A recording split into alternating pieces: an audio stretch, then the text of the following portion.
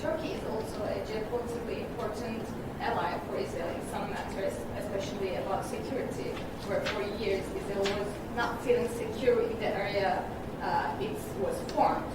So now we are seeing that energy policies and geopolitics is highly linked in Mediterranean Sea.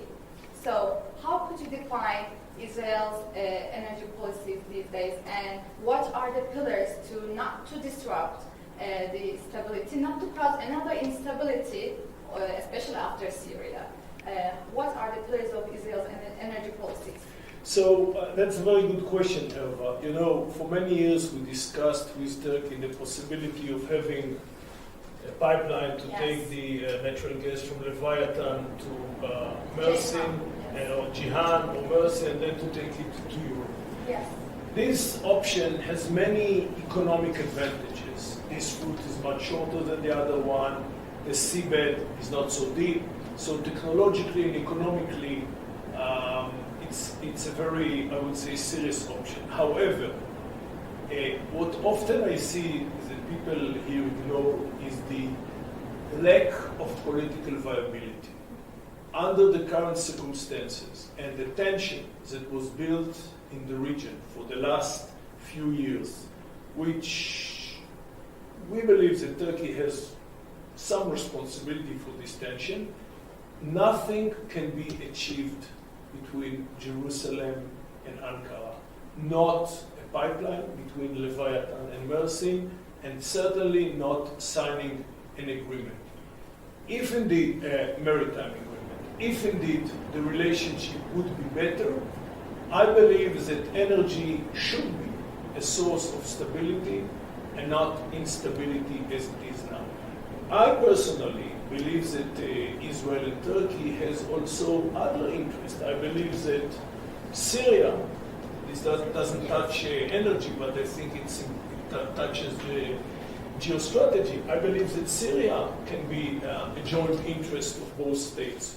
The same problems Turkey has with Syria in the north is the same problems that Israel have with Syria in the south, and this is mainly lack of political stability that invites all kind of, I would say, unwanted elements into Syria, all kind of proxies that basically challenge your soldiers in the north of Syria and challenge our soldiers in the south of Syria.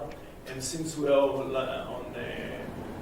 are recorded, I will not say who is challenging your forces and our forces, but those basically are the same proxies that are attacking your soldiers in the north and attacking our soldiers in the south. So I believe that on top of energy, also Syria could have been an important chapter of dialogue between Israel and Turkey if the conditions were different. So in this context, what are Israel's expectations from Turkey to maintain stability and security for all the states in the Middle East?